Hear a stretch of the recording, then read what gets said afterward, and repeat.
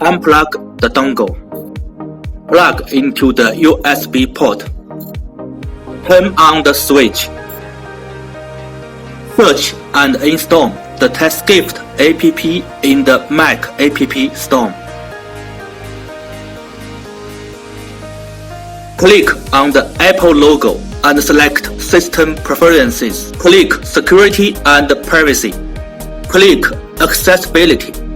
Enter the user's name and password to unlock. First, delete the TestGift app from the list, and then add the TestGift app again.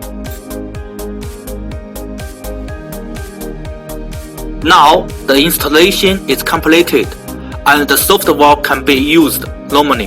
The interface language can be selected according to the needs.